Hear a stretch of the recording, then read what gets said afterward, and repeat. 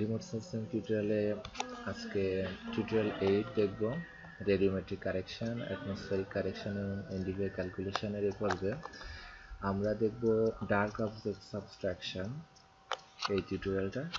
তো dark object আসলে কি জিনিস এবং কিভাবে সেটা আমাদের ইমেজ থেকে সাবস্ট্রাক্ট করতে হয় এগুলো আমরা একটু উদাহরণ সহ প্র্যাকটিক্যালি দেখব। আমরা জানি যে স্যাটেলাইট থেকে যখন আমরা ডেটা পাই সেই ডেটার ভিতরে কিছু কিছু সমস্যা থাকে, যে সমস্যাগুলো অ্যাটমসফেরিক কারণেই মেইনলি হয়।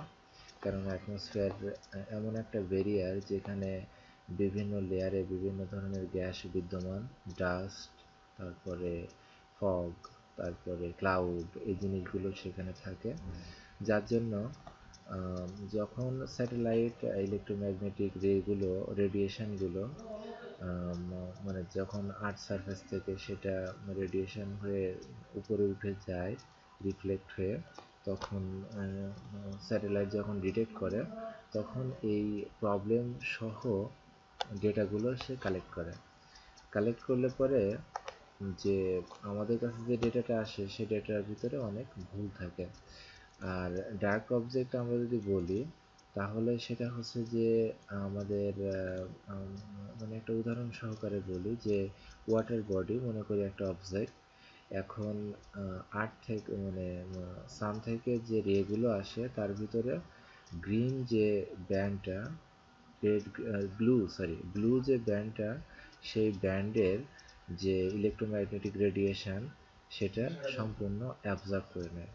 তাহলে ওয়াটার বডি যখন ব্লু ব্যান্ড অর্থাৎ 1 নম্বর ব্যান্ডে সব এনার্জিটা অ্যাবজর্ব করে নেয়, তখন কিন্তু আলটিমেটলি এই ব্লু যে রেটা সেটা আমাদের স্যাটেলাইটে রিফ্লেক্ট হয়ে জিরো ভ্যালু দেয়, অর্থাৎ সেখানে কোনো সে ভ্যালু দিতে পারে না। কিন্তু প্রবলেম হচ্ছে যে আমরা অনেক সময় আমরা ইমেজে গিয়ে দেখি ওইখানে অনেক জিরো ভ্যালু না, পজিটিভ অনেক ভ্যালু আছে। এর কারণ হচ্ছে স্ক্যাটারিং। অ্যাটমসফিয়ারিক যে বিভিন্ন এই পার্টিকেলগুলো আছে বা আমরা যে ভেরিয়ারগুলো বলি সেখানে এই ইএমআরটা আপনার ইএমআরটা আপনার স্ক্যাটারিং হয়। স্ক্যাটারিং হওয়ার ফলে কি হয় যে সারা রাউন্ডের যে পিক্সেলগুলো সেই পিক্সেলগুলো থেকে কিছু ভ্যালু সে কালেক্ট করে নেয়। আর এই কালেক্ট করার ফলে আমাদের এই ডার্ক অবজেক্টের প্রবলেমটা দেখা যায়। তো কিভাবে আমরা সাবস্ট্রাক্ট করব এবং আরও কিছু কিছু তথ্য আমরা যখন আমরা এখন এটা জন্য আমাদের সফটওয়্যার দিয়ে কাজ করব তো দেখে নেব। তো আমার ডি ড্রাইভে একটা ডেটা আছে ল্যান্ডস্যাট 7-এর, সেখানে 1 নম্বর ব্যান্ডটা আমরা যেটা উদাহরণ দিয়ে বলছি যে 1 নম্বর ব্যান্ডটা হচ্ছে ব্লু ব্যান্ড, আর ব্লু ব্যান্ডে ওয়াটার বডিতে আমাদের ভ্যালু থাকবে হচ্ছে জিরো, থাকার কথা যেটা জিরো। এখন দেখি সেখানে কি ভ্যালু আছে, তারপরে আমরা কিভাবে সেই ডার্ক অবজেক্টটা করব, এলিমিনেট করব ওখান থেকে, অথবা ডার্ক অবজেক্টটা সাবস্ট্রাক্ট করব, সেই জিনিসটা আমরা দেখব। তো ফার্স্ট আমরা এটা সফটওয়্যারে গিয়ে ওপেন ফোল্ডার থেকে ডি ড্রাইভের এখানে যদি আমরা টিপ ফরম্যাটে যাই তাহলে ফার্স্ট 1 নম্বর ব্যান্ডটা আমরা দেখতে পাবো। ব্যান্ডটা আমরা ওপেন করি। ব্যান্ড ওপেন করার সময় আমাদের যে জিনিসটা হবে সেটা হচ্ছে যে একটা কম্পিউট পিরামিড লেয়ার সে তৈরি করবে, কারণ পিরামিড লেয়ারটা জুম ইন বা জুম আউটে ঠিকঠাক দ্রুত করার জন্য সেটা। এখন আমরা যদি ইমেজটা ওপেন করে এখন দেখি,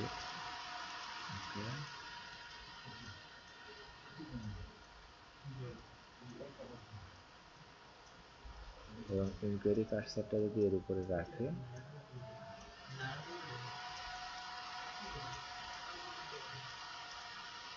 দেখবো যে আমাদের এখানে অবশ্য পিওর ওয়াটার বডি না, কারণ যেহেতু রিভারের মধ্যে অনেক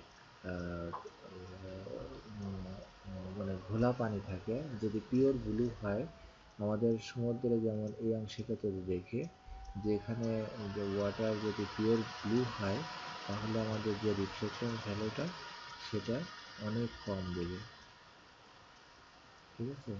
আর যদি আমাদের সেটা কোস্টালের দিকে যায়, কোস্টালে যেহেতু আমাদের ঘোলা পানি, এটা আসলে এই যে এটা সুন্দরবন, এটা বরিশাল বরগুনা সহ একটা জায়গা, এটা হচ্ছে মেঘনা নদ। তো ভ্যালটা দেখি তো এখানে আছে 60 বা 60-র আশেপাশে। আর আমরা যদি আরও নিচে আসি তাহলে দেখি যে আমাদের ভ্যালুটা কমতে থাকে। তো আমরা যদি আমাদের ইমেজ প্রপার্টিসে যাই, লেয়ার ইনফোতে, তো লেয়ার ইনফোতে আমরা দেখি যে আমাদের লোয়েস্ট ভ্যালুটা কত আছে। লোয়েস্ট ভ্যালুটা আমাদের এখানে আছে হচ্ছে হিস্টোগ্রামে, এখানে লোয়েস্ট ভ্যালুটা আছে 57 বা তার কম, 56-55 এরকম। তাহলে এই যে ভ্যালুটা, এই ভ্যালুটা থাকবে আমাদের ওয়াটার বডির দিকে, কিন্তু এই ভ্যালু থেকে যদি 55-56 এই ভ্যালুটা থাকে ওয়াটার বডিতে, যদি এর থেকে কম বা বেশি হয় তাহলে আমাদের বুঝতে হবে যে এখানে যেমন কিছু 51-53 আছে, তাহলে এটা আমাদের ধরতে হবে যে স্ক্যাটারিংয়ের জন্য আমাদের এখানে একটা ডার্ক অবজেক্ট তৈরি হয়েছে। তো এই ভ্যালু অর্থাৎ এখান থেকে আমাদের যদি 1, 2 বা 3 ডিফারেন্স হয় তাহলে সেই ভ্যালুটা টোটাল আমাদের ইমেজ থেকে রিমুভ করে দিতে হবে। এবং রিমুভ করার প্রসিডিউরটা হলো টুল বক্সে গিয়ে আমাদের মডেল মেকার থেকে একটা মডেল তৈরি করতে হবে। এখানে ফার্স্ট আমাদের রাস্টার ইনপুট করলাম, এটা হচ্ছে আমাদের ফাংশন, দেন রাস্টার আউটপুট, এটা আমাদের কানেক্ট টুলের মাধ্যমে কানেক্ট করে দিলাম। দেন এখানে আমরা আমাদের যে 1 নম্বর ব্যান্ডটা রিসেন্ট থেকে নিয়ে আসে, 1 নম্বর ব্যান্ডটা আমরা এখানে ইনপুট দিব। ওকে, দেন এটা হচ্ছে আমাদের আউটপুট, আউটপুট এখানে আমরা এটা দিব, টিপ হিসেবে সেভ করতে পারি অথবা এখানে জিনিস হিসেবে করতে পারি, b1 নামে দিলাম।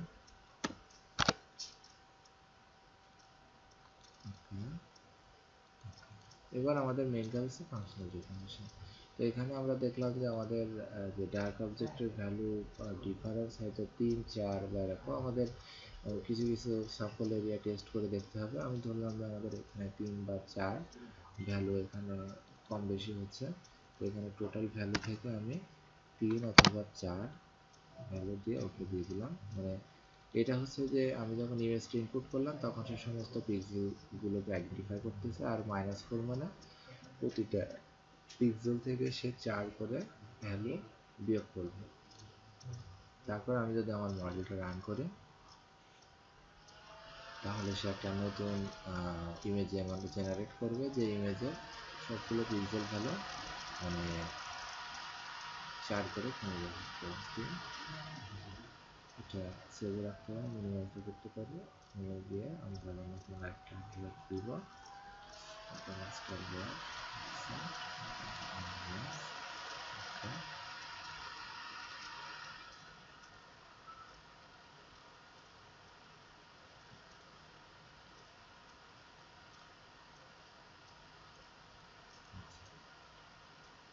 এখন যদি আমরা ফাইল পিক্সেলগুলো একটু চেক করতে যাই,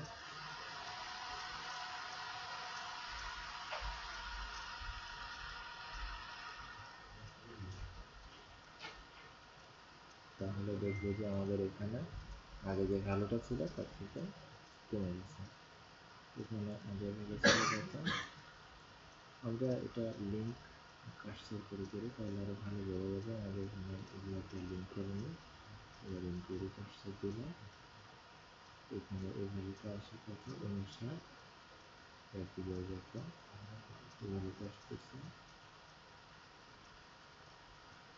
44, 47। তার মানে ওই 3 বা 4 ভ্যালু আমাদের এখান থেকে প্লাস মাইনাস হচ্ছে। তো এটা দেখে আতঙ্কিত হওয়ার কোনো কারণ নেই যে এই ইমেজের কালারটা এরকম, এই ইমেজের কালারটা এরকম কেন, কারণ ইমেজের কালার নির্ধারণ করা হচ্ছে তার পিক্সেলের হাইয়েস্ট এবং লোয়েস্ট ভ্যালুর মানে উপর ডিপেন্ড করে।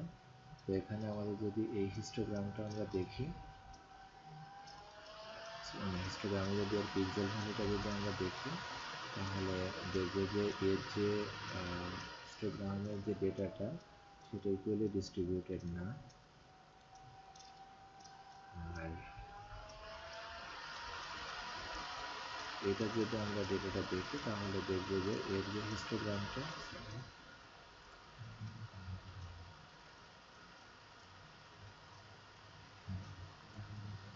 এই যে হিস্টোগ্রামটা আর এই যে হিস্টোগ্রামটা দুইটার ভিতরে তফাৎ আছে। এটা স্টার্ট হয়েছে 40 থেকে, কারণ আমরা বলছি যে এখানে আমাদের যে ভ্যালুটা ছিল কিছু কম ভ্যালু ছিল এখানে, সেই ভ্যালু থেকে আমরা 4 বিয়োগ করে দিচ্ছি, তো এখানে সেই ভ্যালুটা কমে আসছে। এখান থেকে দেখলে বোঝা যাচ্ছে যে এখানে আমাদের যে টোটাল ভ্যালু ছিল তার থেকে এটা একটু শিফট করে সরে আসছে, অর্থাৎ যে এভারেজ যে ডেটাটা থেকে সব ভ্যালুটা আমার 4 করে আমরা মডেলের মাধ্যমে আমরা ডিসাইন মানে অ্যাসাইন করে দিতে পারি যে আমাদের টোটাল এভারেজ ভ্যালুটা কত কমবে আর কি। তো এইভাবে আমরা ডার্ক অবজেক্ট সাবস্ট্রাকশনের মাধ্যমে আমরা আমাদের ইমেজটাকে সুন্দর করে মানে বের করতে পারি আর কি। তো মানে জিনিসটা খুব একটা কঠিন না, কিন্তু থিওরিটা জানা এবং আমার এই ডার্ক অবজেক্টের ভ্যালুটা বের করা, এই দুইটা জিনিসের ক্ষেত্রে সমস্যা। তো এটা আমাকে ফিল্ড চেকিং এবং আমার ইমেজের বিভিন্ন স্যাম্পল চেকিং করে তারপরে আমাদের এই ভ্যালুটা বের করতে হবে যে আমার এখানে ডার্ক অবজেক্ট ভ্যালুটা কত। তো ধন্যবাদ সবাইকে, আর নেক্সট টিউটোরিয়ালের জন্য সবাইকে মানে আগাম আমন্ত্রণ।